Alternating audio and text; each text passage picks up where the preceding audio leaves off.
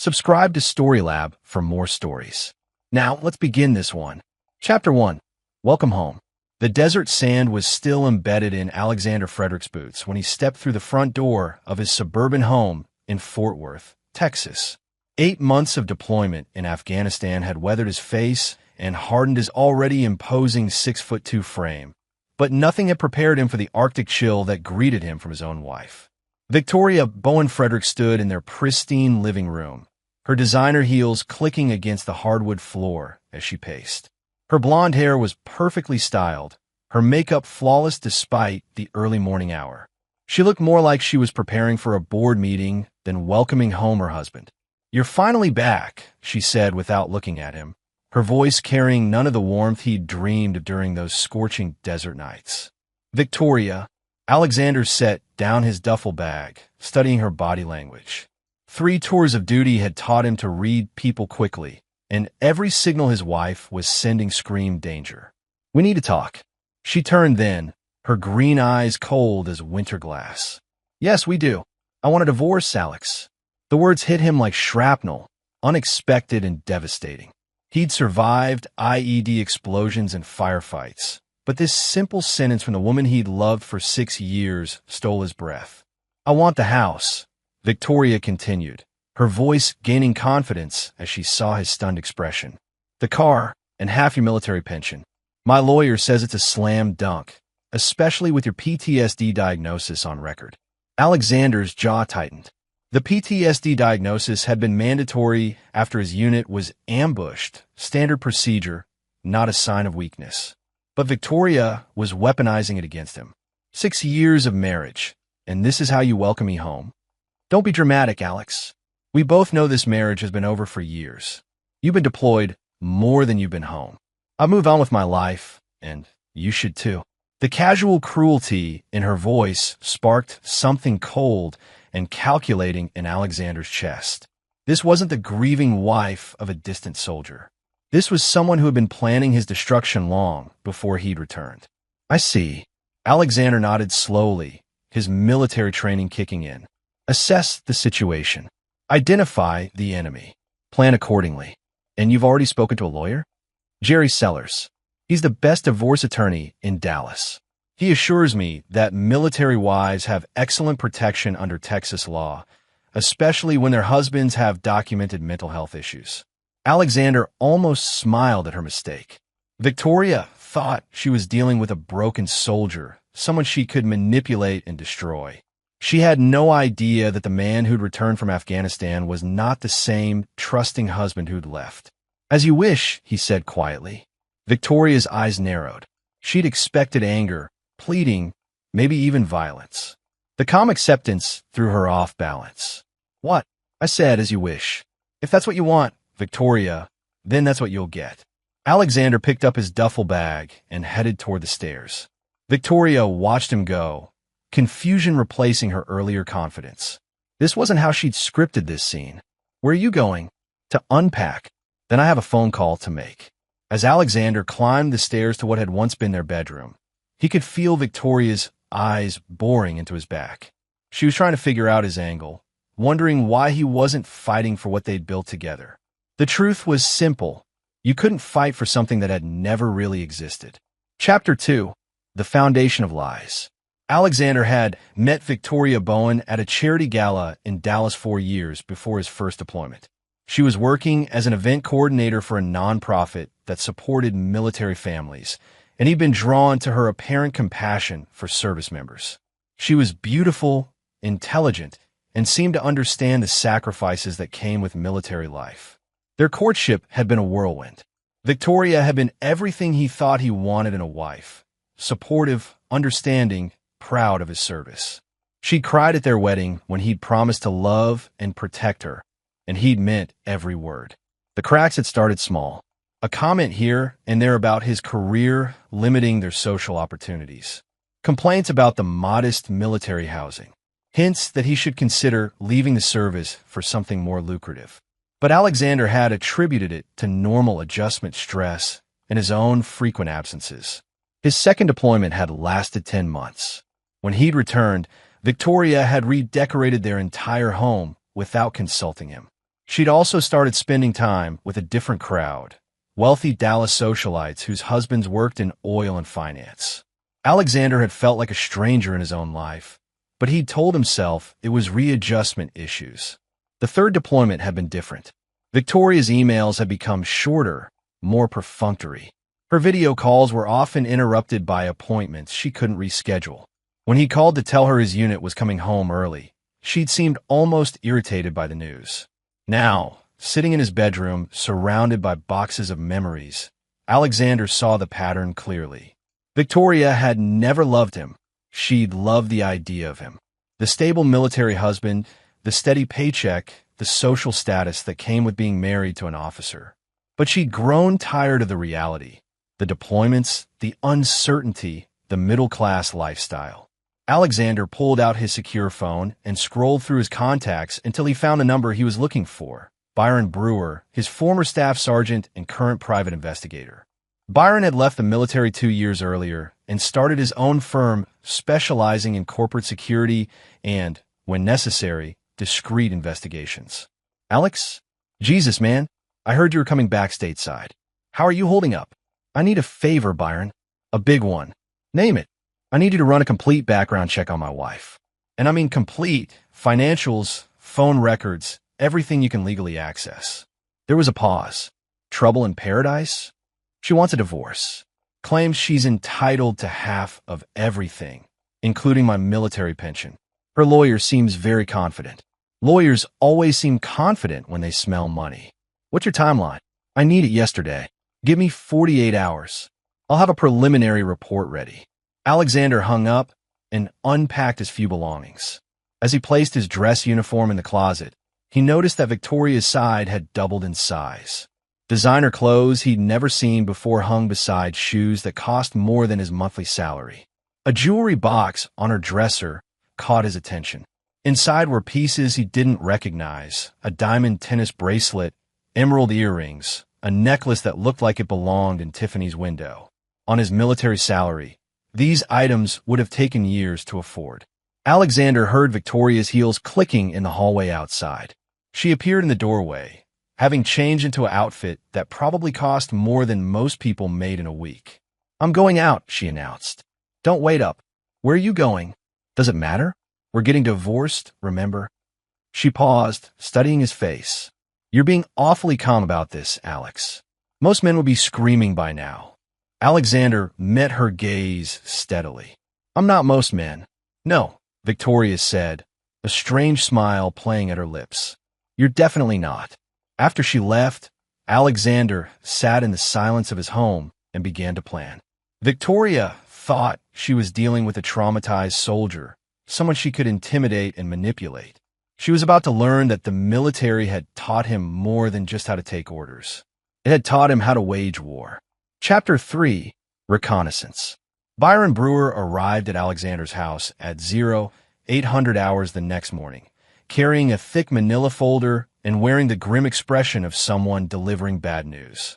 You're not going to like this, he said, settling into Alexander's kitchen chair and spreading documents across the table.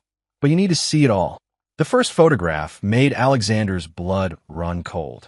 Victoria, wrapped in the arms of a man he didn't recognize, outside what appeared to be an expensive restaurant. The timestamp showed it was taken while Alexander was still deployed. His name is Mitchell Drake, Byron explained. Married, 2 kids, runs a hedge fund downtown. Worth about $12 million on paper. Alexander studied the photo. Drake was older, distinguished, exactly the type of man Victoria would be attracted to. How long? Best I can tell, about 8 months. Started right around the time you left for your last deployment. Byron spread out more photographs. Victoria and Drake entering hotels, shopping together, attending events where she was clearly being introduced as his companion. In several photos, she was wearing jewelry Alexander now recognized from her jewelry box. It gets worse, Byron continued, pulling out bank statements. She's been bleeding your joint account dry. Look at these credit card bills, shopping sprees, spa treatments, restaurant charges that coincide with her dates with Drake. Alexander reviewed the financial documents methodically.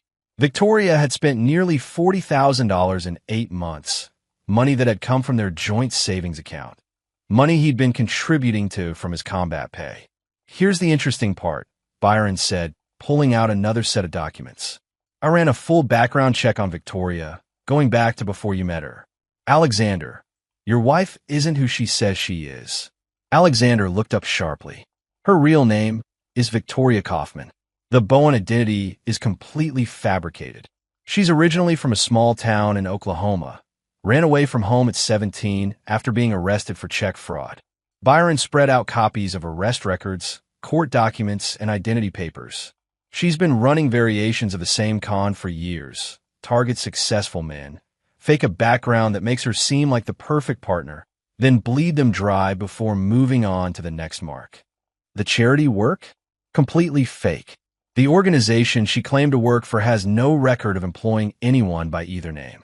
She was basically showing up to events as a volunteer and using the access to target potential victims. Alexander felt a cold rage building in his chest. Everything had been a lie. Their entire relationship, their marriage, her supposed love and support. All of it had been an elaborate con game. There's more, Byron said quietly. Mitchell Drake isn't her only current target. I've got evidence suggesting she's running a similar game on at least two other men. One's a judge, the other's a police captain. Alexander studied the photos of Victoria with different men, all wealthy, all married, all completely unaware that they were being played by a professional grifter. What's her endgame? Near as I can tell, she was planning to bleed you dry in the divorce, then disappear with Drake or whoever offered her the best deal. The PTSD angle was perfect, makes you look unstable, unreliable. Easy to paint you as the problem while she walks away with everything. Alexander stood and walked to the window, looking out at the perfectly manicured lawn he'd paid for, the house he'd bought for a woman who'd never loved him. Victoria thought she was so clever, so far ahead of him. She had no idea what she'd just awakened. Byron, I need you to document everything. Every affair, every fraudulent transaction, every lie she's told. I want a complete dossier on Victoria Kaufman and all her various identities. What are you planning, Alex?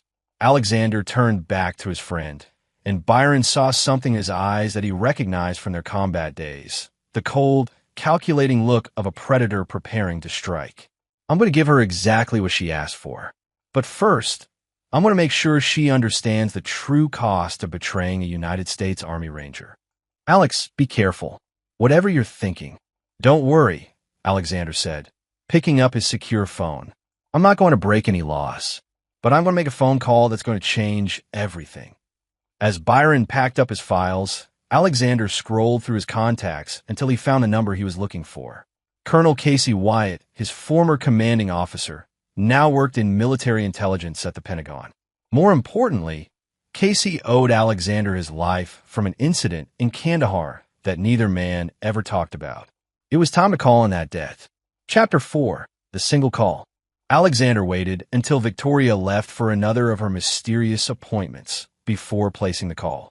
Colonel Casey Wyatt answered on the second ring. Alexander Frederick, I was wondering when I'd hear from you. Welcome home, soldier. Thank you, sir.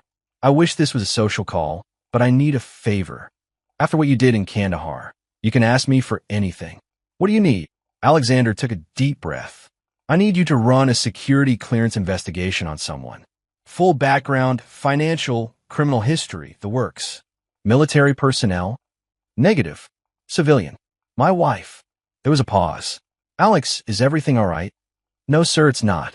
I have reason to believe she may be involved in activities that could compromise national security. It wasn't entirely a lie. Victoria's pattern of targeting men in positions of power, including a judge and a police captain, could absolutely be seen as a security risk. Send me her information. I'll have my people run a full investigation. How deep do you want me to go? All the way, sir. I need to know everything. Real identity, criminal history, financial records, known associates. Everything you can legally access. Consider done. I'll have preliminary results within 24 hours. Thank you, Colonel. Alex, be careful. If your wife is involved in something serious, you could be in danger too. After hanging up, Alexander felt a weight lift from his shoulders. Military intelligence had resources that civilian investigators could only dream of. Within hours, they would know more about Victoria Kaufman than she knew about herself. His phone rang. Victoria. Alex, I'm going to be late tonight. Don't wait up for me. Another appointment? Something like that. Oh, and Jerry Sellers wants to meet with you tomorrow afternoon. 2 o'clock at his office downtown. I'll be there. Good. The sooner we get this over with, the better for both of us. Alexander almost felt sorry for her. Victoria thought she was playing chess while he was playing checkers. She had no idea that she'd just declared war on someone who'd spent the last decade learning how to destroy enemies with surgical precision. That evening, Alexander's secure phone rang. Colonel Wyatt. Jesus Christ, Alex. What the hell did you marry? That bad. Your wife, or the woman calling herself your wife, is wanted by the FBI in connection with a multi-state fraud ring. Her real name is Victoria Kaufman, and she's been running romance scams for the better part of a decade. Alexander felt his pulse quicken. How bad? Bad enough that there's a federal task force dedicated to tracking her down. She's suspected of bilking at least 8 men out of a combined total of nearly $3 million. 2 of her victims committed suicide. The room seemed to tilt around Alexander. 2 men were dead because of Victoria. There's more, Wyatt continued. The FBI has been looking for her for 2 years. She disappeared after a last con went sideways in Phoenix. Apparently, she's been lying low in Texas, planning her next move. What's the FBI's interest level? High. Very high. She's not just stealing money, Alex. She's been blackmailing some of her victims, including a federal judge in Arizona. This woman is a legitimate threat to national security. Alexander closed his eyes. What I need to do? Nothing. I've already contacted Agent Sean Raymond at the Dallas field office. He's the lead investigator on the Victoria Kaufman case. He'll be in touch within the hour. Colonel, I need to ask you something. This stays between us. Shoot, if someone were to, hypothetically, make sure Victoria stays in one place long enough for the FBI to catch her, would that someone be in any legal jeopardy? There was a long pause. That would depend on how that someone went about keeping her in place. But if that someone were to, say, convince her to delay any travel plans while legal proceedings were pending, well, that would just be good citizenship. Alexander smiled for the first time in days. Understood, sir. Alex, this woman is dangerous. She's manipulative, she's smart, and she's desperate. Don't underestimate her. I won't, sir. But she's already made one critical error. What's that? She underestimated me. After ending the call, Alexander sat in his kitchen and began to formulate his plan. Victoria thought she held all the cards, but she just overplayed her hand. Tomorrow's meeting with Jerry Sellers was going to be very interesting indeed. His phone buzzed with a text message. Agent Raymond, Dallas FBI. Need to meet ASAP. Your wife is in serious trouble, and now so are you. Alexander smiled grimly. Victoria wanted a divorce that would destroy him and leave her wealthy. Instead, she was about to discover that her new husband was the one person who could deliver her directly into the hands of federal law enforcement. The hunted was about to become the hunter. Chapter 5. The Lawyer's Office. Jerry Sellers' law office occupied the top floor of a gleaming Dallas skyscraper, all floor-to-ceiling windows and expensive leather furniture designed to intimidate. Victoria sat beside her attorney, wearing a black designer suit that probably cost more than most people's monthly rent, her expression confident and predatory. Alexander entered alone, carrying a single manila folder. He'd deliberately chosen to wear his dress uniform, complete with combat ribbons and ranger tab. The psychological effect was immediate. Sellers shifted uncomfortably in his chair while Victoria's eyes narrowed. Mr. Frederick, Sellers began, his voice carrying the practiced arrogance of a man used to intimidating opponents. I trust you've had time to consider your wife's very reasonable requests. Very reasonable, Alexander agreed, settling into his chair with military precision. Half of everything, including my military pension. Full custody of assets we built together. It's almost like she planned this. Victoria's lips curved into what she probably thought was a sad smile. Alex, let's not make this more difficult than it has to be. We both know our marriage has been over for months. Has it? Alexander opened his folder and pulled out several photographs, all showing Victoria in intimate situations with Mitchell Drake. These were taken while I was deployed, fighting for our country. Interesting definition of marriage being over. Sellers glanced at the photos, and his expression hardened. Mr. Frederick, adultery is not grounds for. Oh, I'm not done, Alexander interrupted, producing bank statements.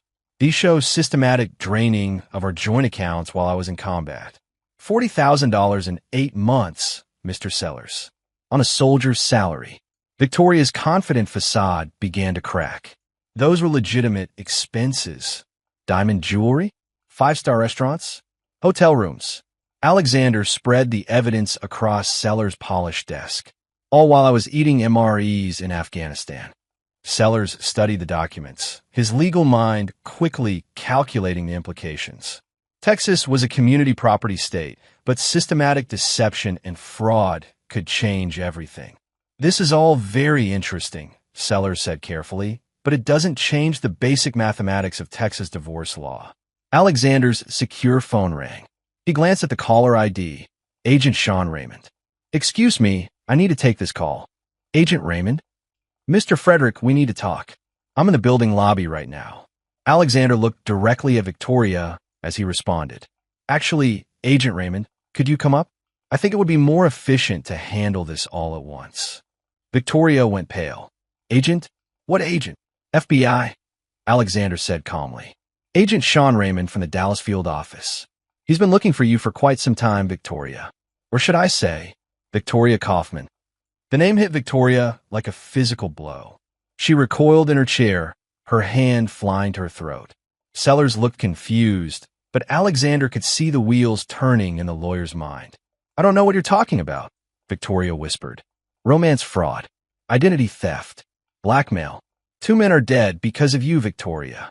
The FBI has been tracking you for 2 years. The office door opened and Agent Raymond entered. A tall, serious-looking man in his 40s wearing a dark suit and carrying a briefcase. He surveyed the room and focused on Victoria.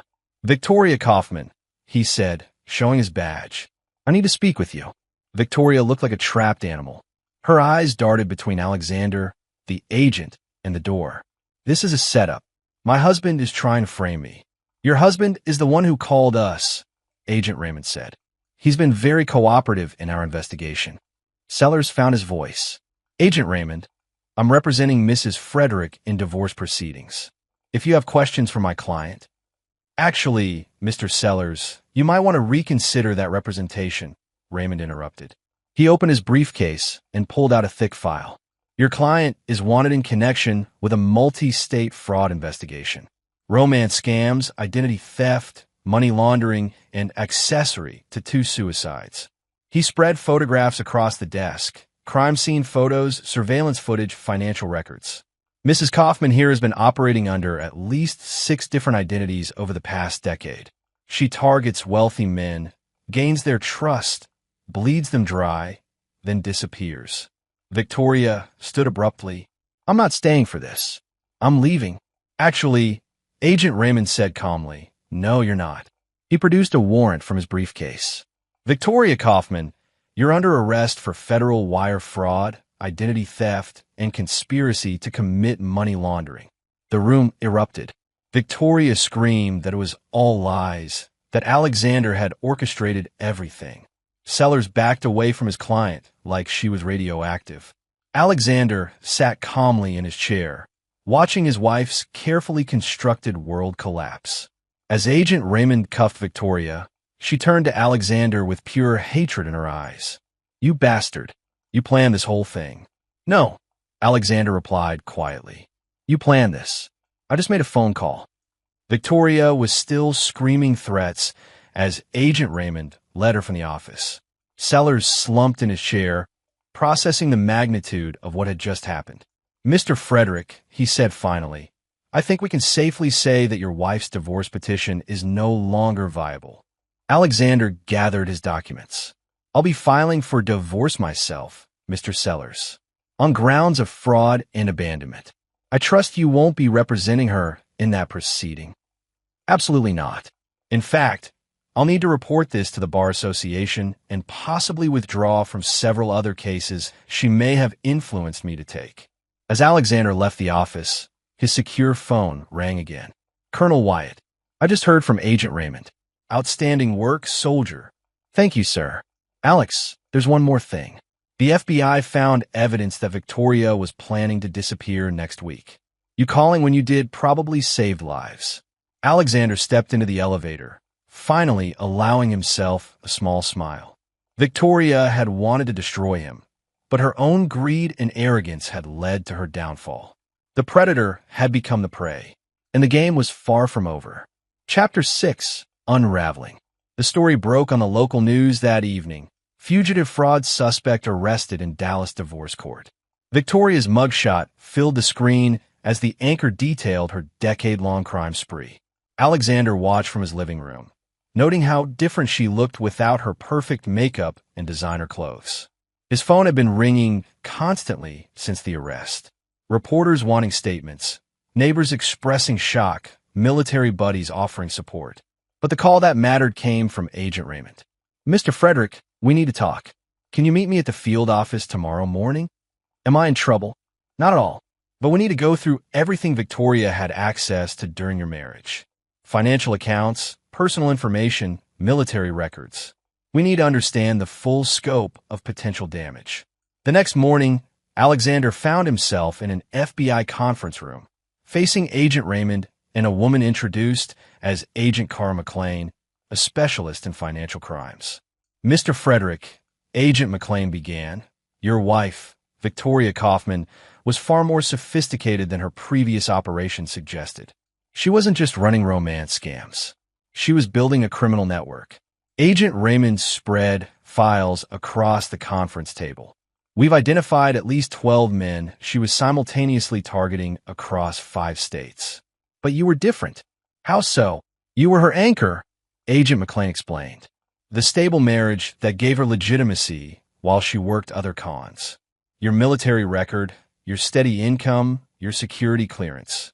It all made her appear respectable to other targets. Alexander felt sick. She was using me as bait. More than that, we found evidence that she was selling information about military families to identity theft rings.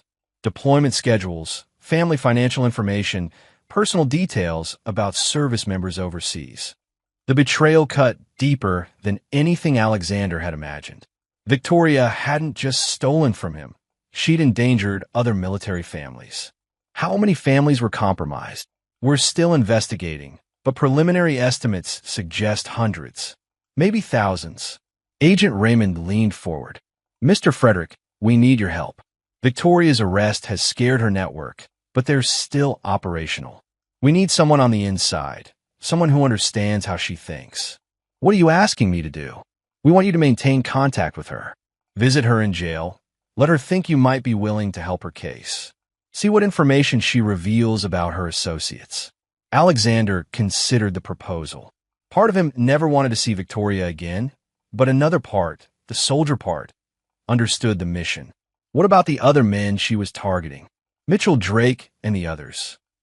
Agent McLean smiled grimly. Judge Alfonso Myers has agreed to cooperate fully. Police Captain Hugh Potter is facing an internal investigation, but he's talking. Mitchell Drake is more complicated. Complicated how? He's hired a very expensive attorney and claims Victoria blackmailed him. Says he was an unwilling victim. Alexander almost laughed. He's lying. We know, but proving it will take time. Unless what? Unless someone could get Victoria to implicate him voluntarily. Someone she trusts. Alexander understood. They wanted him to wear a wire, to manipulate his wife into confessing crimes that would bring down her entire network. When do we start? 3 hours later, Alexander sat in the visitor's room at Dallas County Jail, facing the woman who had systematically destroyed their marriage while plotting to ruin his life. Victoria looked haggard without her makeup, her designer clothes replaced by orange jumpsuit. Alex, she said, her voice breaking with what sounded like genuine emotion. Thank God you came. This is all a terrible mistake. Is it? Someone's been using my identity, stealing from those men. I'm as much a victim as anyone." Tears welled in her eyes. "I know our marriage had problems, but I never stopped loving you." Alexander leaned forward, the wire taped to his chest, recording every word. "Victoria, I want to help you, but I need to understand what really happened." "It started small," she whispered. "I met Mitchell at a charity event. He was lonely. His wife didn't understand him. He started giving me gifts, money for little things. I should have stopped it, but we needed the money with you deployed so often." "What about the other men?" Victoria's eyes darted around the visitor's room. "What other men?" "Judge Myers. Captain Potter. The FBI has evidence, Victoria." She broke down then, sobbing into her hands. "They're going to destroy me, Alex. These men, they'll say anything to protect themselves. I'm the only one going to prison while they walk free. Unless," Victoria looked up, hope flickering in her eyes, "unless someone could prove I was coerced, that they threatened me, forced me to do things I didn't want to do." Alexander nodded sympathetically. "Tell me everything. Maybe my lawyer can help." And Victoria began to talk. For the next 30 minutes, she detailed her criminal network with stunning precision. Names, dates, financial transactions, blackmail schemes, everything the FBI needed to roll up the entire operation. She implicated Mitchell Drake in money laundering, revealed Judge Myers' gambling debts that made him vulnerable to blackmail, and detailed Captain Potter's involvement in suppressing police investigations. "Alex," she said as their time ran out, "can you bring me some things from the house? There's a safe deposit box key in my jewelry box. Maybe if I cooperate, they'll be lenient." Alexander promised to visit again soon, then left the jail feeling like he needed a shower. Agent Raymond was waiting in the parking lot. "Did you get what you needed?"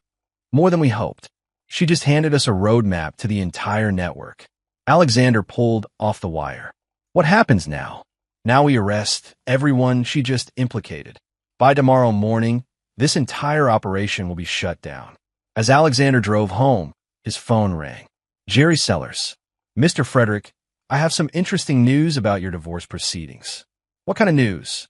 "The kind that means you won't just be keeping everything you earned during your marriage.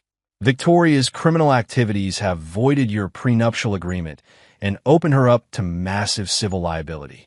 You could end up owning everything she ever touched." Alexander almost smiled. Victoria had wanted to take him for everything. Instead, she was about to lose everything herself. Justice, it seemed, had its own sense of irony. Chapter 7. The Network Falls. The coordinated FBI raids began at dawn. Alexander watched the news coverage from his kitchen, coffee growing cold as reporters detailed simultaneous arrests across 5 states. Mitchell Drake was led from his office in handcuffs. Judge Alfonso Myers was arrested at his home in Arizona. Captain Hugh Potter was suspended pending a federal investigation. Victoria's criminal network was collapsing exactly as she had described it during her jailhouse confession. Agent Raymond called as the morning raids concluded. 12 arrests, Mr. Frederick. We seized over $2 million in assets, plus evidence of systematic identity theft affecting nearly 300 military families. What about Victoria? She's being moved to federal custody this afternoon. The U.S. attorney is preparing charges that could put her away for 20 to life.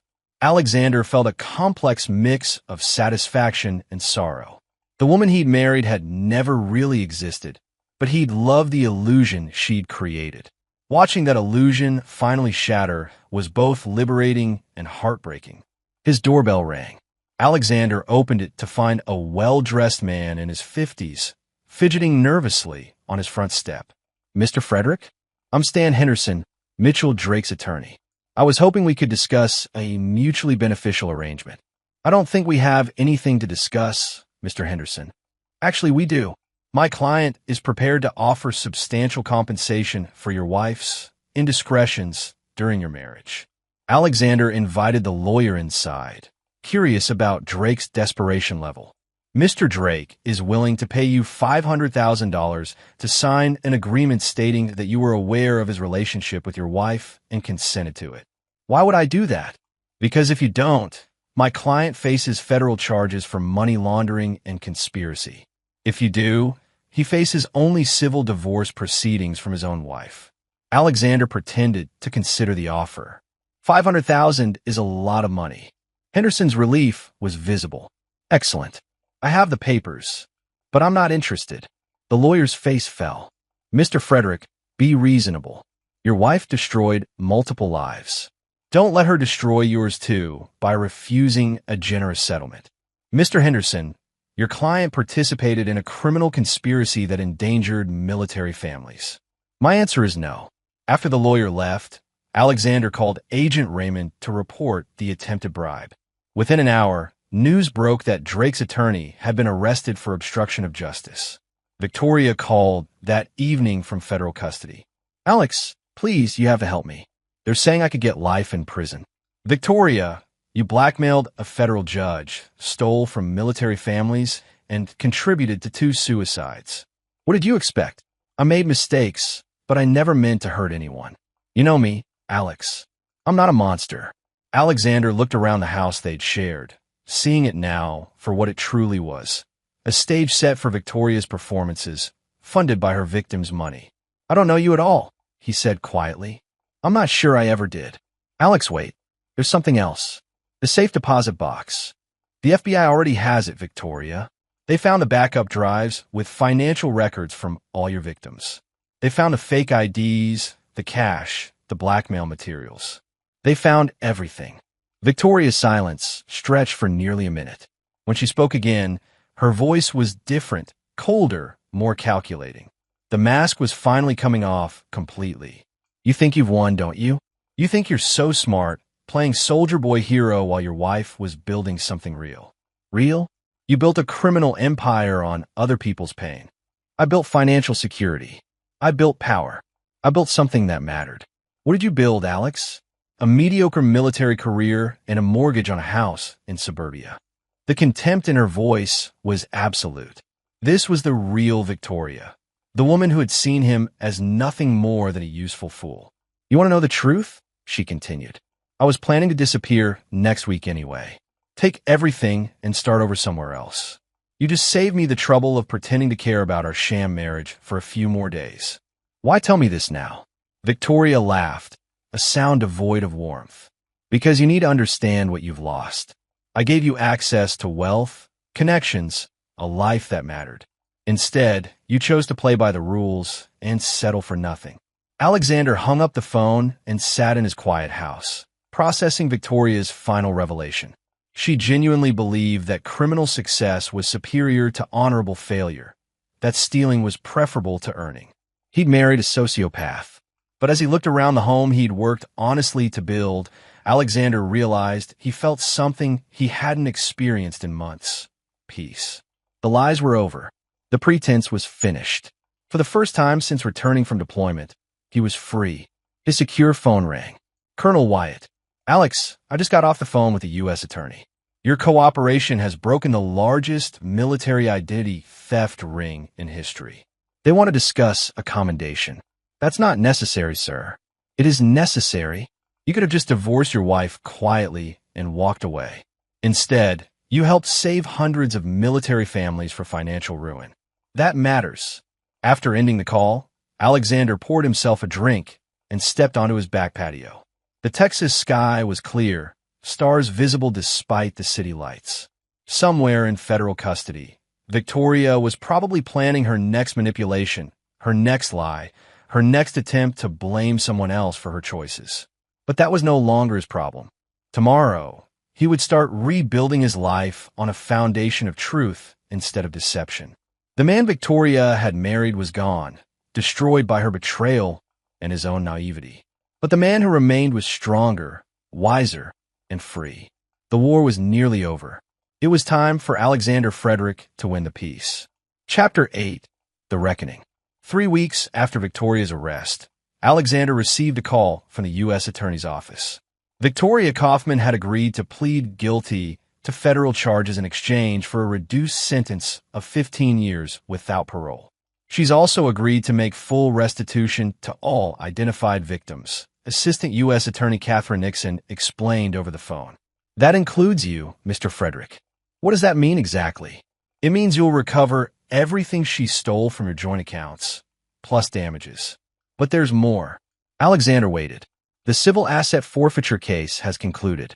Victoria's network accumulated nearly $4 million in stolen funds and assets. As the spouse who was defrauded, you're entitled to a significant portion of the recovered funds. Alexander sat down hard. How significant? Nearly $800,000, plus your house is now completely owned, free, and clear. Victoria had taken out a second mortgage to fund her operations. That debt dies with her criminal conviction. For the first time in weeks, Alexander felt genuinely surprised. He'd expected to be financially destroyed by Victoria's crimes. Instead, he was better off than when he'd married her. There's one more thing, Attorney Nixon continued. Mitchell Drake's assets are being seized as part of the money laundering investigation. His wife is divorcing him, and he's facing federal charges. Judge Myers has been removed from the bench and disbarred. Captain Potter has been terminated and is cooperating with federal investigators. Victoria's network wasn't just destroyed, it was being systematically dismantled with surgical precision. That afternoon, Alexander met with Jerry Sellers to finalize his divorce filing. The lawyer seemed almost embarrassed by the situation. Mr. Frederick, I need to apologize. I should have recognized the red flags about your wife's financial situation earlier. You were doing your job, Mr. Sellers.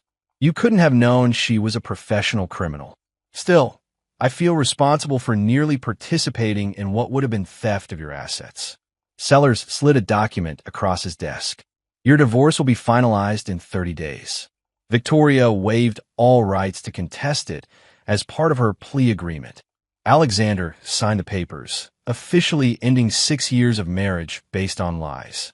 His phone rang as he left the lawyer's office. Agent Raymond. Mr. Frederick, we need to talk. Something's come up regarding Victoria's case. An hour later, Alexander sat in the FBI field office, facing Raymond and Agent McLean. Their expressions were grim. Victoria's been talking, Raymond began. She's claiming that her entire criminal operation was masterminded by someone else, and she was just following orders. That's ridiculous, Alexander replied. The evidence clearly shows. The evidence shows she was a key player, McLean interrupted.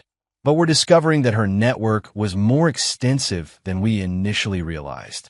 There may be someone above her in the hierarchy. Raymond opened a file. She's claiming that a man named Andre Britton was the real mastermind. According to Victoria, Britton recruited her specifically to target military families because of your security clearance. Alexander felt cold. She's lying? Maybe. But Britton is a real person. Former military intelligence, discharged under suspicious circumstances 5 years ago.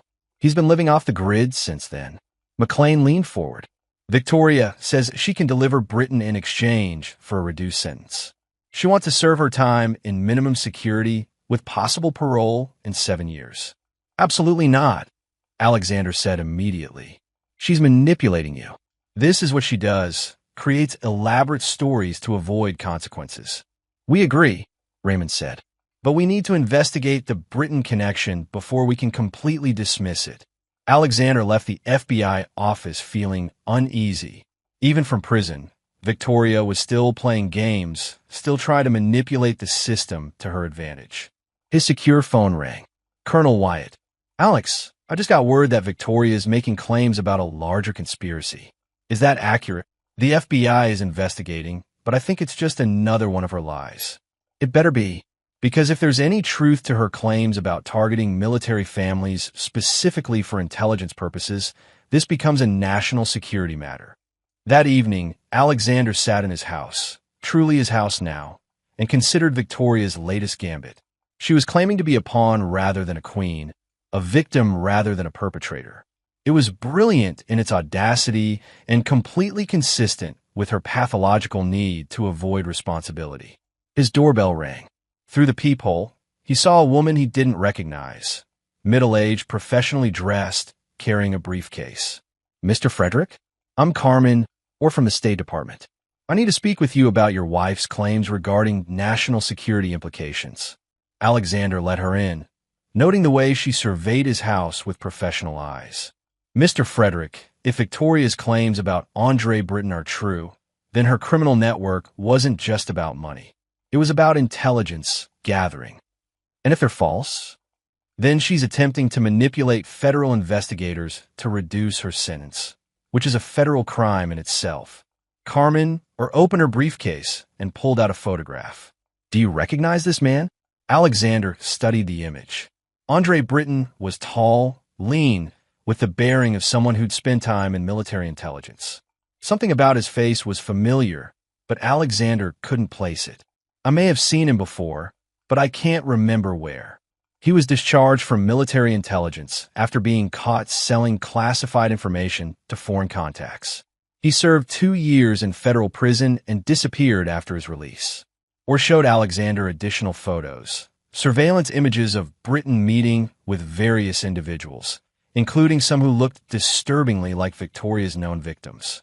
Mr. Frederick, we believe Victoria's network was specifically designed to target military families for intelligence purposes. Your security clearance made you a prime target. Alexander felt the pieces clicking into place. Victoria hadn't just married him for his money. She'd married him for access to military intelligence. What do you need from me? We need you to help us determine if Victoria is telling the truth about Britton, or if this is another manipulation. Alexander looked at the photographs again and suddenly remembered where he'd seen Andre Britton before. At his own wedding, sitting in the back row, someone Victoria had introduced as a distant cousin who was just passing through town. Victoria's web of lies was even more complex than anyone had imagined. Chapter 9. Final Victory. Armed with Alexander's memory of Britton at their wedding, the joint FBI State Department task force moved quickly. Within 72 hours, they had located Andre Britton living under an assumed name in New Mexico, running what appeared to be a legitimate consulting business. Alexander watched the arrest on the news, feeling a mixture of vindication and exhaustion. Victoria's claims about being manipulated by a criminal mastermind were crumbling under investigation. Agent Raymond called with an update. Britton's been singing like a canary. Victoria wasn't lying about him being involved, but she wasn't a victim either. They were partners. Partners how? Britton provided the intelligence on which military families to target. Victoria provided the operational expertise for the romance scams. They split the profits 50-50. Alexander felt the final piece of the puzzle click into place. Victoria had spotted him at that charity gala because Britton had identified him as a target. Their entire relationship had been a calculated intelligence operation from the very beginning. What happens to her plea deal? Gone. The U.S. attorney is adding conspiracy to commit espionage to her charges. She's looking at life without parole now. Alexander hung up and sat in his living room, processing the magnitude of Victoria's betrayal. She hadn't just stolen his money and broken his heart. She'd married him as part of a foreign intelligence operation. His secure phone rang. Colonel Wyatt. Alex, you need to get down to the Pentagon immediately. The Secretary of Defense wants to debrief you personally. Is there a problem, sir? No problem. But the scope of what you uncovered goes way beyond a simple romance scam. You may have prevented a major intelligence breach. 12 hours later, Alexander sat in a secure conference room at the Pentagon, facing a panel of military intelligence officers and civilian officials. Secretary of Defense Rod Courtney presided over the meeting. Sergeant Major Frederick, the secretary began, your actions have uncovered one of the most sophisticated intelligence operations targeting military families in recent memory. We need to understand everything about your relationship with the subject. For 3 hours, Alexander detailed his marriage to Victoria, their interactions, the subtle ways she'd probed for information about his work, her access to his personal files and communications. Intelligence analysts took notes, cross-referenced information, built a comprehensive picture of the operation's scope. Sergeant Major, Colonel Wyatt said, as the debrief concluded, preliminary analysis suggests that Victoria and Britain's network compromised classified information from at least 50 military families. Some of that information made its way to foreign intelligence services. Secretary Courtney leaned forward. Your quick thinking and cooperation prevented this operation from expanding further. You potentially saved lives. What happens now, Mr. Secretary? Now you go home and get on with your life. But first, there's something else. The secretary opened a file and pulled out official orders. Sergeant Major Alexander Frederick, you are hereby promoted to the rank of First Sergeant, with assignment to the Army's Counterintelligence School as a senior instructor. Your experience with this case makes you uniquely qualified to train the next generation of soldiers to recognize and counter similar threats. Alexander stared at the orders, hardly believing what he was reading. Victoria's attempt to destroy his career had instead accelerated his advancement. There's one more thing, Secretary Courtney added. The financial recovery from this case exceeds $2 million in total assets seized. As the primary victim who enabled the investigation, you're entitled to a victim's compensation award of $1 million, tax-free. Alexander felt dizzy. Victoria had tried to steal his pension and leave him with nothing. Instead, he was now financially secure for life. 3 days later, Alexander stood outside Dallas County Jail one last time. Victoria had requested a final meeting before being transferred to federal prison. She looked haggard, defeated, aged 10 years in the past month. The confident predator who had demanded half his assets was gone, replaced by a broken woman facing life in prison. Alex, she said quietly, I need you to know something. The woman you fell in love with, she was real, at least at first. Was she? When I met you, it was supposed to be just another job. But somewhere along the way, I started to actually care about you. That's why I stayed married to you for so long instead of just disappearing. Alexander studied her face, looking for signs of manipulation, another lie designed to make him doubt himself. If that were true, Victoria, you would have stopped. You would have told me the truth and asked for help. I couldn't. Britain would have killed me if I'd betrayed the operation. You had choices. You made the wrong ones every single time. Victoria began to cry, but Alexander felt nothing. He'd grieved for the woman he thought he'd married. This broken criminal was a stranger. Alex, please. I know I don't deserve forgiveness, but I need you to know that some part of what we had was real. Alexander stood to leave. Victoria, I hope you find some peace in prison, but I won't be visiting again. This is goodbye. As he walked out of the jail, Alexander felt the final weight lift from his shoulders. Victoria Kaufman would spend the rest of her life paying for her crimes, while he was free to build a new future based on truth instead of deception.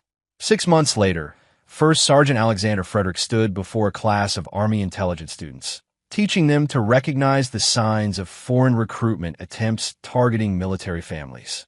The wedding ring was gone, replaced by combat instructor insignia. The naive husband who trusted blindly was gone, replaced by a man who understood that some battles could only be won through knowledge and vigilance. Victoria had wanted to destroy him and walk away wealthy. Instead, she destroyed herself and made him stronger. Sometimes, Alexander reflected, justice came not through revenge, but through the simple act of refusing to let evil win. In his desk drawer, he kept a single memento from his marriage, the divorce papers signed by Victoria Kaufman, federal prisoner number 44987, not as a reminder of betrayal, but as proof that he'd survived the war she'd declared on his life. Alexander Frederick had won completely, and a victory felt exactly as earned as it should be. This is where our story comes to an end. Share your thoughts in the comments section. Thanks for your precious time. If you enjoyed this story, then please make sure you subscribe to this channel. That would help me a lot. Click on the video you see on the screen, and I will see you there.